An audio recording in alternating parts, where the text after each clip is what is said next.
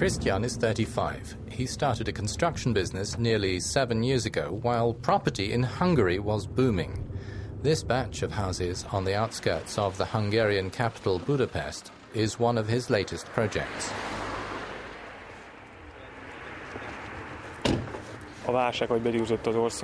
Since the crisis, our sales have fallen practically to zero.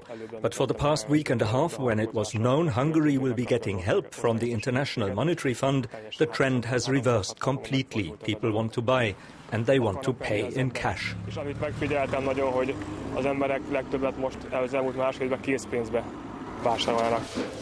Christian is doing quite well, even though Hungary's financial crisis has hit the construction sector hard. Attila and Andrea are more worried. They bought their house a year ago on a 25-year variable interest rate mortgage. Like a lot of Hungarians, their loan is in Swiss francs. The interest rate was much better than they could get for the forint. But since the family's income is in forints, the recent slide in the Hungarian currency has wiped out any advantage. The crisis has caused a 20% rise in our monthly reimbursements for the house. Obviously, that's causing us difficulties. We've had to invest rather a lot in furnishing the place this past year, but now we really have to take care of how we spend. With the bigger payments on the loan, plus higher prices in stores in the last 2 months, we have to calculate what we buy. We've had to put some of our projects on hold, like taking vacation, for instance. We also wanted a second child, but now it's pretty sure we're going to wait another 3 to 4 years for that. Andrea is on maternity leave, and she doesn't know if her job in the public sector will still exist next year, given the austerity measures the government has announced. Attila is also worried, working for a foreign company that's been forced to freeze its projects because of the financial dive Hungary has taken. His father says the country's not equipped to handle the strains of market economics.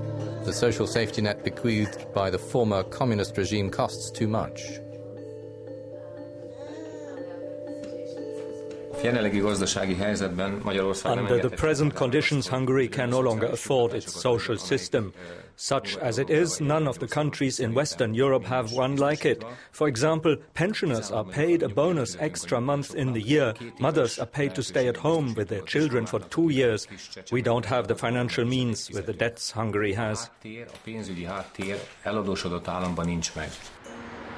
The global financial crisis has driven Hungary to freeze public sector salaries and suspend annual bonuses. This was part of the requirements to qualify for the 25 billion euros in help put up by the IMF, EU, European Central Bank and World Bank. Hungary is the first country in the European Union to apply for this kind of aid.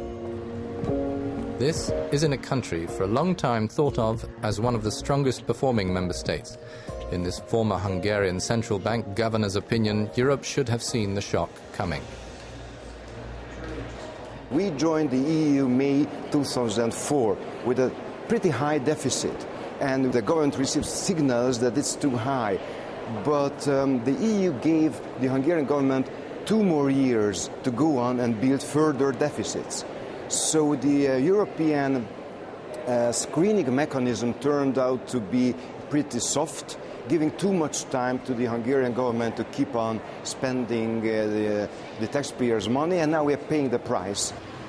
The national public deficit in Hungary is one of the highest in the EU, but international aid now should let the country replenish its foreign currency reserves and pay off some of its external debt.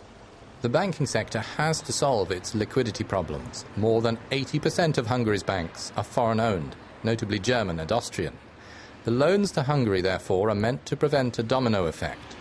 The mother banks are worried and are suspending their expansion plans in Hungary, this analyst with one Austrian bank in Budapest admits.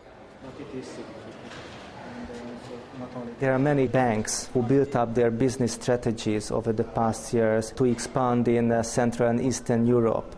And this expansion was possible because of the huge loan book increase. This is the factor what we cannot expect to continue over next year. And all these banks, Austrian banks, German banks, Italian banks and Scandinavian banks, especially in the Baltic states, will face very difficult times. The credit crisis is also painful for Hungarian companies. Leos Csikibege is one of the country's biggest car dealers. The company has just laid off around 15 employees. In this sector, about a quarter of the companies are expected to go bankrupt soon. This entrepreneur says the massive aid package won't help the real economy.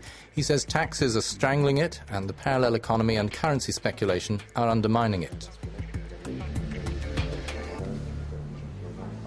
Hungary, as a small market, it's a playground for a lot of people who are playing with the shares of the Hungarian companies. They are playing with the currencies, and this playground is bringing a lot of profit for some ones, but not for the real economy.